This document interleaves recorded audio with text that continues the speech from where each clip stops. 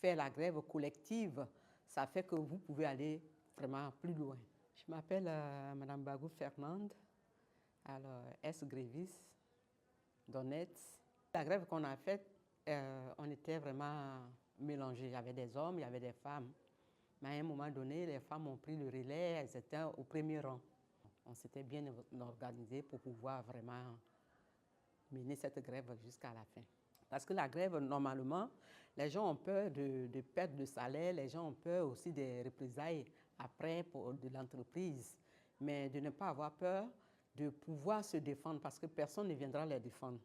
Et je pense qu'il faut s'organiser aussi. Il faut s'organiser, il faut vraiment s'unir aussi. On trouvait vraiment des moments de discussion pour trouver quelle est la meilleure solution. Chaque matin, on se réunissait, on venait.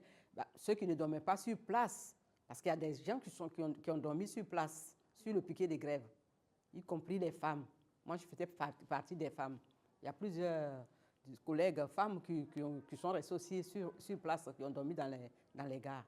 Donc, normalement, moi, je dirais qu'il faut être sur place aussi. Nous, on allait de gare en gare chez nous. Voilà. Nous, pour notre grève, on allait de gare en gare pour faire le bruit, pour vraiment empêcher aussi des personnes. Si on voyait des personnes qui travaillaient sur des gares, on les empêchait de travailler.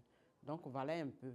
Et en plus aussi, je dirais aussi que les femmes vraiment se sont organisées parce qu'à un moment donné, les femmes elles-mêmes, c'est elles-mêmes qui ont pris l'initiative de faire le repas et d'envoyer sur le piquet de grève. C'est là qu'on prenait notre repas. En fait, le piquet de grève était devenu pour nous un domicile.